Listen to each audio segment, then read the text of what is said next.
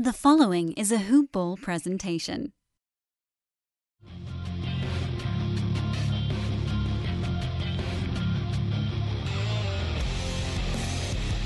Welcome to the Fantasy NBA Today podcast.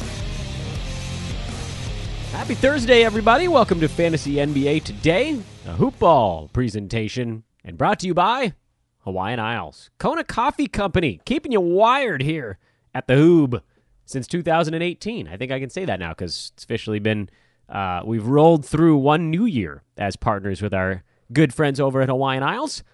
You can check them out online. That's the best way to do everything these days. HawaiianIsles.com is the website, at HI Kona Coffee on Twitter. Give them a follow. You can ask them fantasy news if you want. They're crazy about fantasy sports over there. That's how we met. You can also search for Hawaiian Isles on Amazon.com. Get that stuff sent to your doorstep. Prime. I am Dan Bespris, at Dan Bespris on Twitter. Big thanks to everybody who's been logging some ratings and reviews. We've had a couple of those over the last couple of days. That's all we're looking for, really. One at a time. The slow plod towards becoming a household name here at Fantasy NBA Today. That's what we're working for. Stuff on the docket for today. Of course, it is Thursday, which means it is a half-length show. You guys know the drill at this point. No, you probably don't, actually, because we've only been doing it for 3.5 days. Mondays, we've got Reverse Chronological Lightning Round. Tuesdays and Thursdays are now half-length podcasts. We have things to do and people to see, and I'm not about to go and basically just kill 20 minutes, because that's what sometimes we had to do during the first portion of the year. Most of the time, it was easy. We weren't killing time. Early on in the season, we just had so many guests on this podcast, and the guests have been amazing. They've been incredibly generous. I've actually had a few reach out to say, hey, when can I get back on the show? And I had to say, we can't do it right now. We just have all these things cooking here at Hoop Ball. And I can't tell you all the things that are cooking because I don't know exactly when they're all going to happen. But this next, 7-month stretch over here is kind of make or break for a lot of things. We've got a lot of big projects we need to put together. And so that means that certain things, namely, for me, guest outreach, had to take a little bit of a hit. So right now, it's mostly just hard fantasy stuff, hard season-long fantasy stuff. And that's why we've dialed the show back from 5 one-hour episodes to 3 one-hour episodes and 2 half-hour episodes. You only lose an hour of podcast over the course of the week. I think everybody will be fine. And frankly, I'm betting a lot of you are like, okay, good. I'm okay with a 35-minute show a couple times. We'll get in, get out, get on with our lives, and it's sweet. So that's what's coming up today. We're also going to break down the results of yesterday's DraftKings contest. We had another one. Friends. And we'll give you some of the winners. I was actually in this one, which means I saw what happened. Heaven forbid. My laptop worked. Honestly, the 1 week where I didn't lose money was the week where my laptop broke. So maybe it wasn't the worst thing in the universe. Curse you, Draymond Green. That's all I have to say about yesterday's DFS lineup.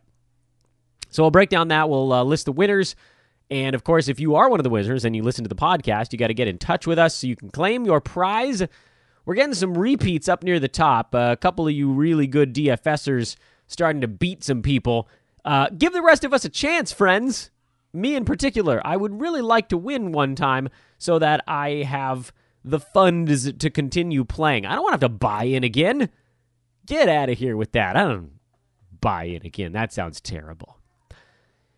We will, of course, break down the massive, massive Wednesday card. It was a fun one. A lot of things to be learned, a lot of things to be gleaned, changes to make. And we actually have a decent Thursday card coming up. 6 games tonight. How many of them are massively fantasy relevant? Not as quite as large a number as the number of games that are actually happening, but we're going to give a little bit of a preview on those bad boys as well. So let's dive right into things. No sense monkeying around any longer than we have to. Wednesday, big card, 11-game slate. Houston at Charlotte was the opener. Kenneth Faried hurt his hip in this ball game early on. He played the first roughly 8 minutes of the game and never really got back in. He had 2 points and 2 rebounds. He was an interesting one, and we were watching him because he had maintained his starting job in one game. This time he came off the bench. I honestly don't know what the plan was for him. it seems like it would have been hard for Kenneth to get up into that 25-minute range that he got as a starter. If you are desperate for rebounds and field goal percent, you could sit on him to find out how this injury goes, but this is a cutthroat time of year. So, to me, I think there are guys out there you could rotate him for. This is a time of season where I'm going to advocate being very quick on the trigger finger. And so if Kenneth Faried, even if he's going to miss a couple of games, I think you can go and you can scoop somebody else. You got to have guys that are playing right now, and if it's in a head-to-head league, and if you're in a roto league, a guy like Faried who's probably sitting around top 100 upside, not a guy that you really need to sit on, even in the short term. For Charlotte, Jeremy Lamb looks totally comfortable coming off the bench. He took 15 shots, second most on the team. He looked really good. He had 6 assists, basically running the second unit. I think we can safely call him okay in that role. Cody Zeller's been playing well. Marvin Williams played through a toe issue. He missed his free throws, which tanked an otherwise very Marvin-like ball game. And Nick Batum, as the starting shooting guard, really looks good all of a sudden. So if you held on to him for 4 months, you did it. You can roll out the banner, people. Golden State is an uninteresting fantasy team. Draymond Green fouled out in only 23 minutes, and it didn't change much of anything. Klay Thompson ended up having a really good ball game. For the Heat, this is the revolving door of nonsense. Goran Dragic logged 20 minutes. He did foul out, but scored 27 points. This was a pretty nice sign that maybe he's getting a little bit of that, I don't want to say elevation back, because he's never been an elevating guy, but maybe just a little bit of that offensive quickness returning if his knee is getting right. He made all 9 of his free throws. He shot 7 out of 11 from the field. All that stuff is mostly unsustainable for basically anybody in the NBA. But it's a good sign that he's starting to work his way back towards a measure of health. And, it might be 20 minutes for a week, and it might go up to 24. But if Goran Dragic starts to actually look like the Goran of a couple of years ago, as opposed to this season and even last year, well, then maybe you get a point guard that can sit around top 90 level. I mean, they're obviously a better team when he's healthy. That's not even in question. D-Wade farewell tour had a very strong stop at whatever this train station was. Josh Richardson played better. They played better in this ball game. And I know everybody's like, well, Hassan Whiteside was out, so that must have been it. But no, come on, guys. I mean, they made 18 3-pointers. They shot 51%. You really can't put that type of stuff on Whiteside. They just shot the ball better. It's not like they defended all that great. Klay Thompson was white hot in this ball game. Justice Winslow is back. He had 12, 6, and 5, and he didn't have to do a ton. I'm curious to see what his fantasy value looks like as Dragic continues to increase his minutes. Obviously, as long as Whiteside is out, Olynyk and Adebayo are both in play because James Johnson is on the shelf as well. The guy I was watching was Derek Jones Jr. He only played 17 minutes in this game. Dion Waiters only played 23, which should be the case. Dion Waiters stinks, guys. He shouldn't play a ton of minutes. He's not the guy that's going to make them go. Bam would obviously be a really cool guy to own if Whiteside ever missed any kind of significant time. Kelly Olynyk looks very good as long as James Johnson is out, and it's tough to know exactly what that means. If you're the Heat, do you really want to bring James Johnson back? Does it matter? Maybe. I don't know what they're trying to do out there. But certainly the name on this team that jumps out right now is Dragic. I know he was available in a couple of spots. I don't blame you. He was very bad when he was healthy before. There's no guarantee that he gets up to full starters minutes, but I think if you have a roster spot, maybe even like a Kenneth Faried, you could consider making that flip out. Washington with a win in Brooklyn. Nicely done for the Wizards. This was expected to be a pretty difficult game for them, and they played well. And it wasn't like they shot the ball exceptionally well. Both teams shot 46%. Both teams took a ton of free throws. The Wiz, a handful of additional three-pointers, but the rebound battle was lopsided. 57-41. The Wizards just dominated the glass. Bobby Portis had 12. Trevor Ariza had 10. Jabari Parker had 14 rebounds in this game. And certainly the center position battle is the big thing to watch on the Washington side because Satoransky's locked in as the point guard. Beal and Ariza on the wings. The power forward spot is held by mostly Jeff Green and then Parker. Those two guys are split into that spot on the floor. And they've settled into a more traditional center in Bobby Portis as the starter and Thomas Bryant off the bench. And I have to say, Thomas Bryant off the bench looks like a fun ad. I know he still didn't quite hit 20 minutes, but 19 is far better than the 16 he was stuck at for a while. And Thomas Bryant at 20 minutes is around a top 100 guy. And Thomas Bryant at 20 minutes off the bench against crappy opposition might even be a little bit better than that because he can ramp up the usage. That's a big deal. Get him away from Beal and Ariza and Green. Get him in there with clunkos like Chasen Randall and Wesley Johnson, where he's going to be expected to take some shots. And he made 6 out of 10 in this ball game. He's a good foul shooter. He'll get you a three-pointer every once in a while, smattering of rebounds and blocks. I like Thomas Bryant going forward. I think he's a guy that should be owned. Again, talk about Kenneth Faried. I would rather have Thomas Bryant in that battle. Minnesota lost to Atlanta in overtime despite 37-18 from Karl Anthony Towns, who missed a boatload of free throws. This is a weird night for free throw shooting in the NBA. Big news we mentioned on yesterday's podcast, Robert Covington had been assigned to the G League. He's expected to rejoin the Wolves after their current road trip, I would imagine. We can see exactly the date on that, and I probably should have checked it before actually hitting the record button. But they're on the road for 3 games here. Another one tonight. They're at Indiana. Then they've got 2 days off, Friday and Saturday. They play Sunday on the road in Washington. That was the game that I had initially targeted as a potential return date for Covington. If you remember, coming out of the All-Star break about a week ago, I said probably the first game into March. Sounds like maybe the second game into March is what they're hoping for. Oklahoma City at home. That's soon, guys. That's less than a week. Let's cross our fingers. We might be getting there. Oh my God, that would change everything. Come on, Rocco.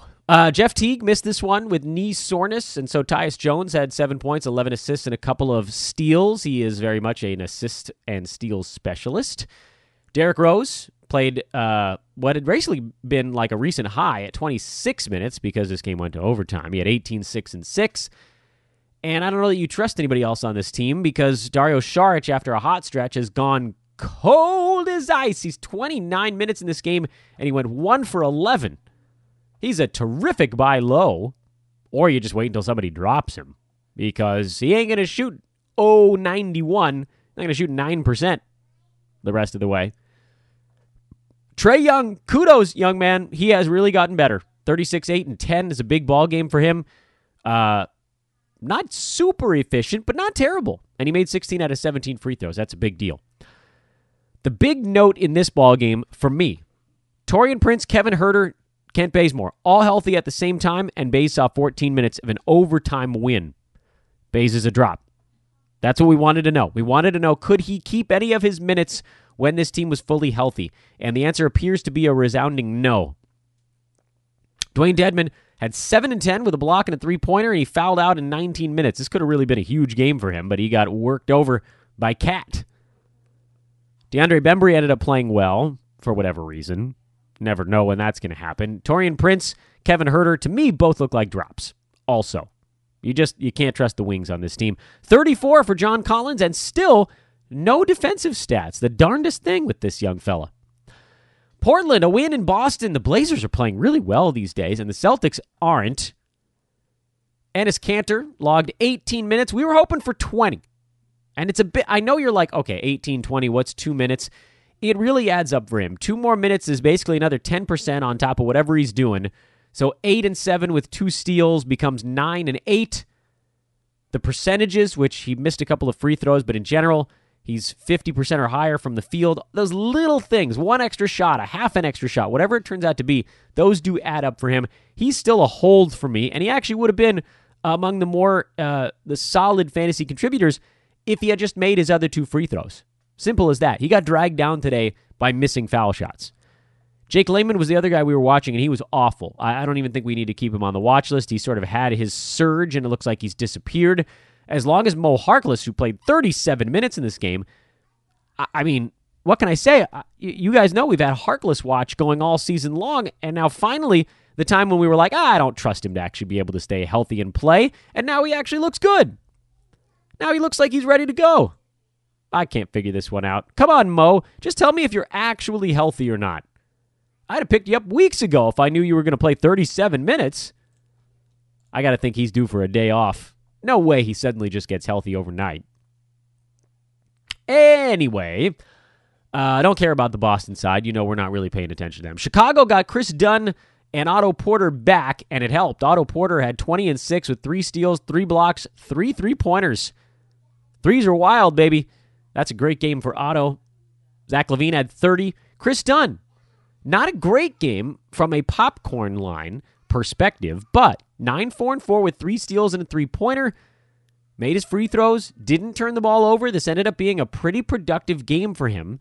And in watching some of the Chicago Bulls bloggers and beat writer accounts on Twitter, they mentioned how Jim Boylan was trying to get him away from LaVine and Markkanen and get him in there with the second unit a little bit more so he could run the pick-and-roll offense, so he can sort of orchestrate a little bit more, as opposed to trying to play off the ball, which he's not very good at because he's not a good shooter. So that's actually a really good idea, and Chicago is defying all the laws of tanking right now. They're actually trying to win some games down the stretch. Meanwhile, red-hot Robin Lopez had 4 points and 3 rebounds in 40 minutes of this game. How you do that, I do not know, but he blocked 5 shots. Huge. Strong hold. Start him the rest of the way. What a universe, huh? I feel like I have to say it every time we talk about Robin Lopez as a strong hold. What a weird world. February 2019. If I was doing like a bad futuristic post-apocalyptic film, I'd have a voiceover that says, "In a world where Robin Lopez had fantasy value." And here we are. Avery Bradley had 23, 7, and 7. He certainly owned the shooting guard minutes in this one. DeLon Wright got stuck with only 22. Mike Conley played well. Jonas Valanciunas came back to earth a little bit in this ball game against Robin Lopez, who, by the way, not a bad defender. And JV still had 13, 7, and 4 with a block and a 3-pointer in a bad ball game. This is going to be a fun run for him. Joakim Noah got 21 minutes off the bench. He had 12 and 9 with a couple of blocks. He played well again. But again, 21 minutes. This is not a guy who's proven himself to be fantasy relevant in 21 minutes in the past. I just wonder how long the motor can go. I've said it already. If you want to roll with it, and with Ivan Rabb out, he seems like a great play because they don't have any choice but to play him all of the backup center minutes. You go for it. But when this team, if this team gets Rabb back, if they ever let Jaren Jackson Jr. play again, which they frankly might not, I just don't know about the longevity here of the Joakim Noah experience. And for JV playing 27 minutes, that's a wonderful thing. What's the deal with Avery Bradley? Man, I know that I'd say this is what I'm paid to know, but, free. Free podcast. It's a big question mark. He had 33, 6, and 6 in that big whopper of a game against San Antonio before the All-Star break, and then he had 15 and 5 leading into the break. Coming out of it, he had 17 against the Clippers, his old team. Then he had a total dud against Cleveland, came back with 15, 6, and 3 against the Lakers, and now 23, 7, and 7 against the Chicago Bulls. You sort of just have to go with what you know right now, and over that stretch, Avery Bradley has not been that great. He's number 184 over the last couple of weeks, and obviously that's being dragged down by the one supremely poor game. If you pull that one out, the numbers do get a lot better. And overall, it seems like they trust him to play reasonably large minutes, but I don't know what he's really going to bring to the table for you, If you pull out the really bad game, which you can't do because it's going to happen from time to time. There's no way around it. He's going to have some bad ones because he's Avery freaking Bradley. But in the other ones, his assists are at 6'5", 2, 3, and 7, which I believe is 23 assists over 5 games. That's close to 5, 4.6. Rebounds in those games, 6, 1, and 3, that's 10. 6 and 7, another 13, so 23 in those 5 games. That's very close. That's the same number, actually. 23 and 23 in each of them, 4.6 and 4.6. He's scoring in the teens. He's hitting about a 3-pointer, a little more than that over that stretch. About 1 steal.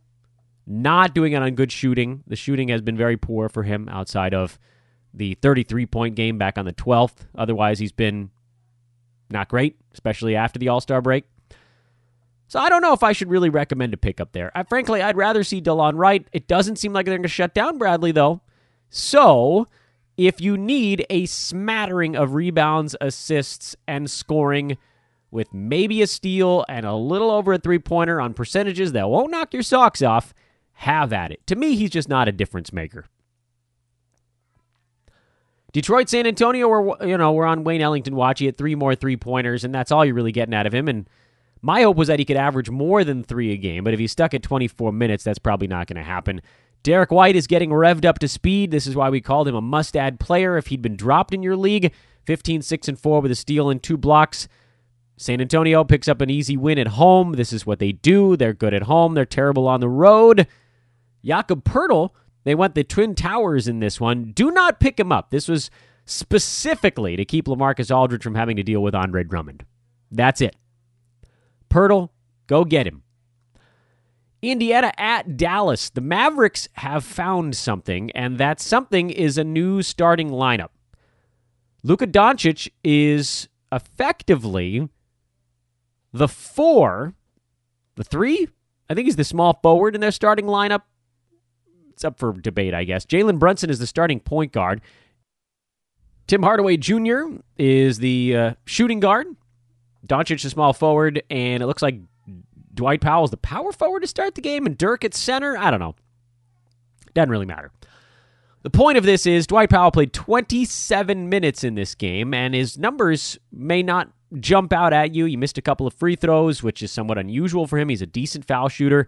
But 37 minutes is way more than enough for him to put up nice numbers as a good percentages, rebounding, steals guy at center, even at a three-pointer in this ball game. So good for that. Tim Hardaway Jr. looked better. Maxi Kleba played 27 minutes off the bench in this game, but I don't trust him. He took 2 shots, a usage rate of 3.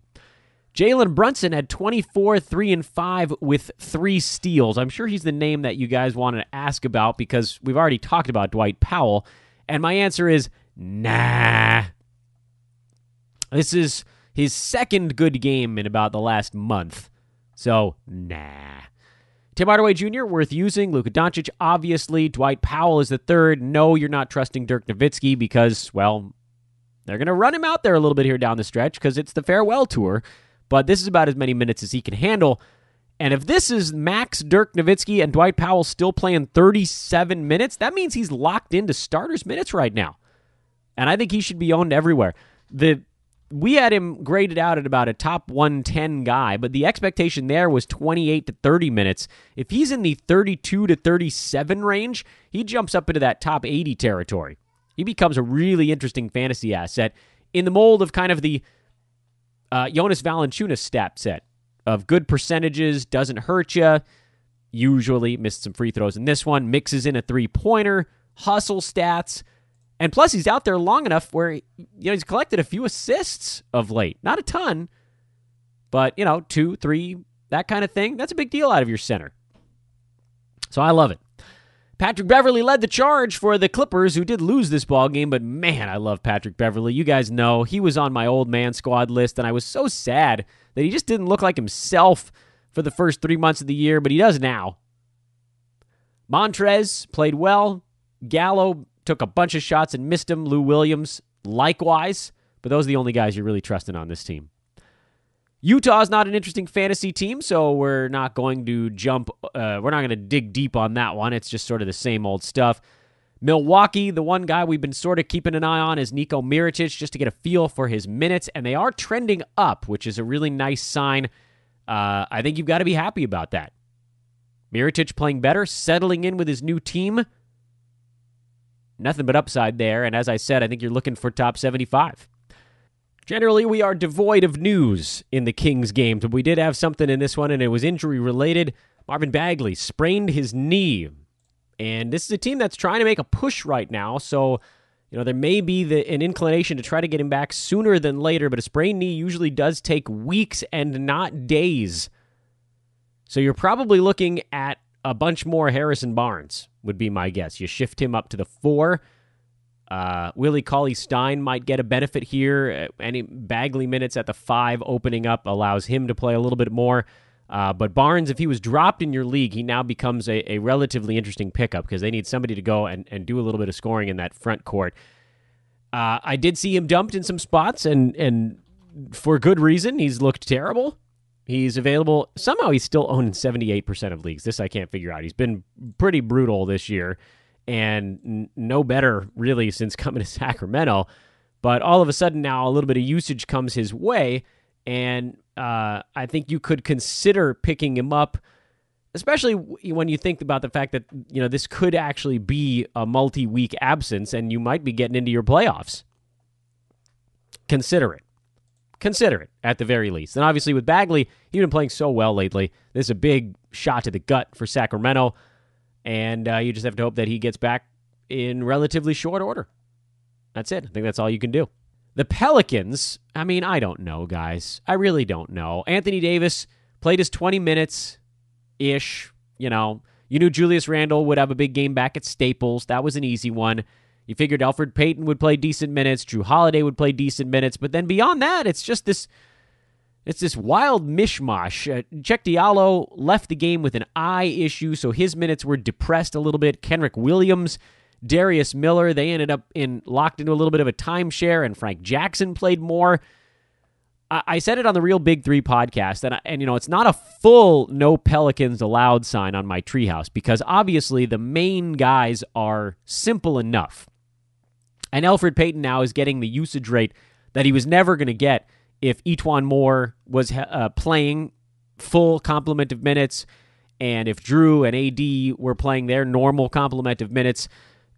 None of that would be taking place for Elfrid, and that's why we had him as like a top 130 point guard. But obviously now with usage, that changes considerably. So he's in, Randall's in, Holiday's in, AD is in, because he can still be a top 50 guy in 20 minutes a ball game.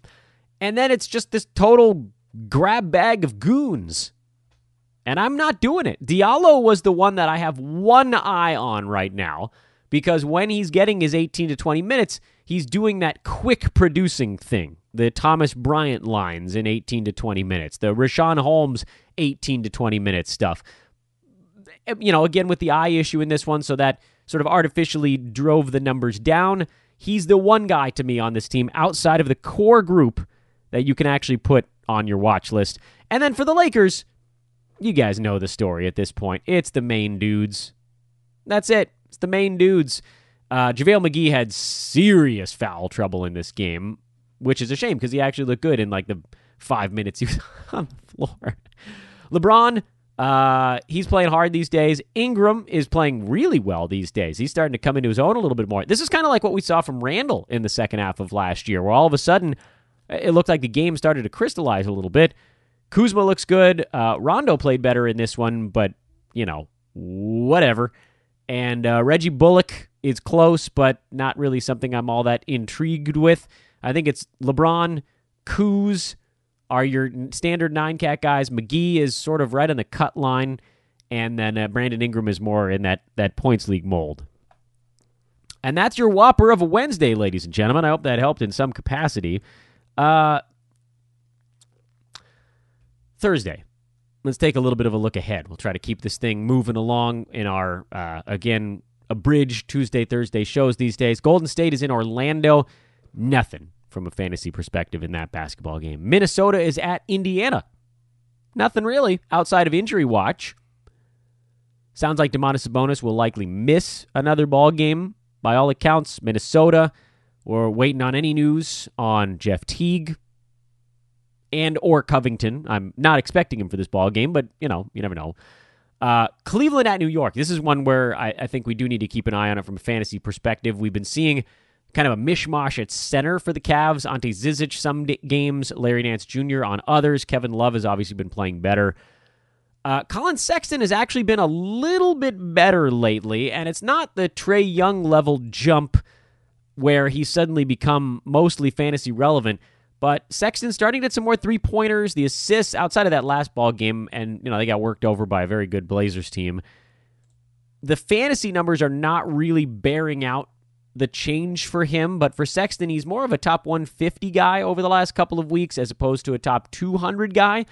And those little baby steps start to add up. Makes you think that perhaps if he could fix the field goal percentage thing going into next season, that there might be something there, but certainly not this go-round.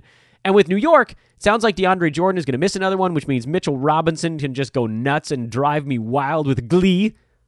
Oh, what a beautiful thing. Does Henry Ellenson get to play again? Is Emmanuel Mudiay actually just going to take the point guard job from Dennis Smith Jr.? They've got so many points league guys on that Knicks roster. It's just disgusting. For Philly, Jonah Bolden is the last man standing as long as Joel Embiid is out, so you probably have to think about streaming that dude. Miami, we're going to keep an eye on Derek Jones Jr., Bam Adebayo, Kelly Olynyk, as long as guys are dinged up, and then obviously Goran Dragic, who, and I haven't seen a report yet this morning, but may very well sit this one out, the second half of a back-to-back for the Heat after playing 20-some-odd minutes and fouling out. For Houston, we're going to learn about Kenneth Faried's status soon enough, although I've already said I think if you got one of these other guys that I just mentioned, like you go back to Tyler Johnson, Dwight Powell, or who the hell else did I already say in today's episode, I think you could consider moving on. It's not a time of year to be squatting on anybody. And then Utah and Denver. Nothing on the Utah side, but certainly for the Nuggets right now, Jokic, Paul Millsap, and Jamal Murray all look pretty well locked in. We saw a good game from Will Barton last time around, so that may give us 4 solid starters for the Nuggets. And then Gary Harris, Monty Morris, Malik Beasley, Isaiah Thomas, all of these other guards are just sort of beating each other up for the last scraps. And I don't know that you can own any of those guys right now. I think we're at, again, a time of the year where what's the point of sitting on Gary Harris? What if he does somehow break into the top 80 over the next, what? We've only got 6 weeks left in the season, guys. What's the point now of sitting on a guy? I don't think there is.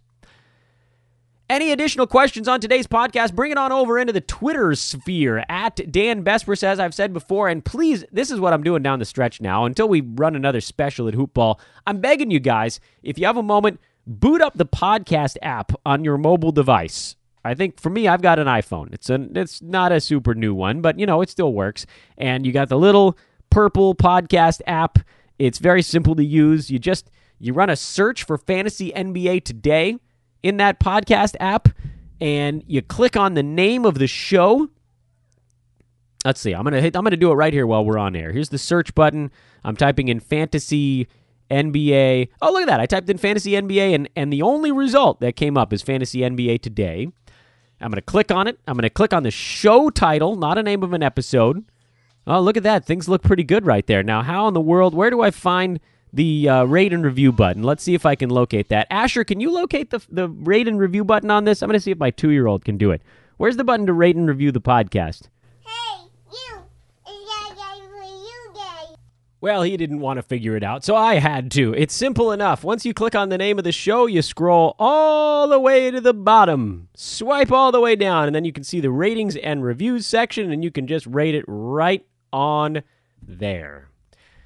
And if you're on a traditional computer, you go into iTunes, you go to the podcast, you search for Fantasy NBA Today, you click on the button, and then there's a rating and review tab in that one as well. So please, please, please, please, please, if you haven't done it before, do it now. We really appreciate it. It is the coal that goes into our steam engine over here. And I think I biffed that analogy, but I don't care because, well, all I care about are ratings and reviews. And at the last moment here on the podcast, I want to give a big congratulations to the winners. The massive winners of our DFS contest from Wednesday. And let me make sure I'm getting the pronunciation right on these. It is Jsono 52 and Matt Cooper 14. First and second place. Actually, Matt Cooper entered 2 of the exact same lineup. So 1 second and third place. I don't care which one you pick is which. He tied himself. That does not mean we're sending out 2 coffee goodie bags to you, Matt. Sorry, you get 1 for that bad boy. So certainly reach out. We're going to send some tweets out to make sure that you guys can see it. If you're not on Twitter, you got to figure out a way to reach out to us. Support at hoop-ball.com is one way. Hopefully you're on Twitter. You can send us a note, and we'll reach out to you there via direct message if you let us know who you are. Jsono 52, Matt Cooper 14. Congratulations. First place, Jsono. You get a Hoop Ball t-shirt. Second place, Matt Cooper. You get a Hawaiian Isles Kona Coffee Company goodie bag. And I, once again, was 15 points away from winning money. Thank you, Draymond Green, you turd. Foul trouble, Draymond. Otherwise, I actually had a pretty good card. Nick Batum got me 42. Felt pretty smart about that one. He wasn't particularly well owned. Lauri Markkanen played okay. Ingram, Joakim Noah, that was an easy one. Tyus Jones, Bam Adebayo, those were kind of free squares, so to speak. But, yeah, Draymond, you killed me. I was very close to playing Julius Randle today, and that was another one that I probably should have done. Figure he was going back to Staples. It was going to be a fun one, and no AD late in that ball game. It was all Julius. I wimped out, overthought it, or underthought it. I don't know. In any event, 15 points away again, 40th place again. This is just my thing at this point. Although I did place exactly 1 point behind the great Aaron Brewski, so he and I are stuck.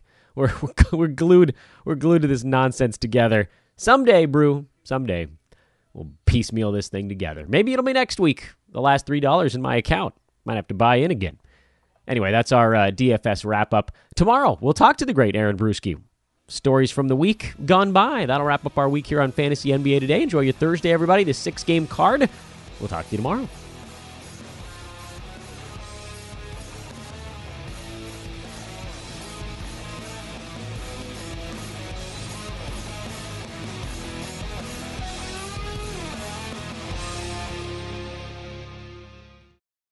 This has been a Hoop Ball presentation.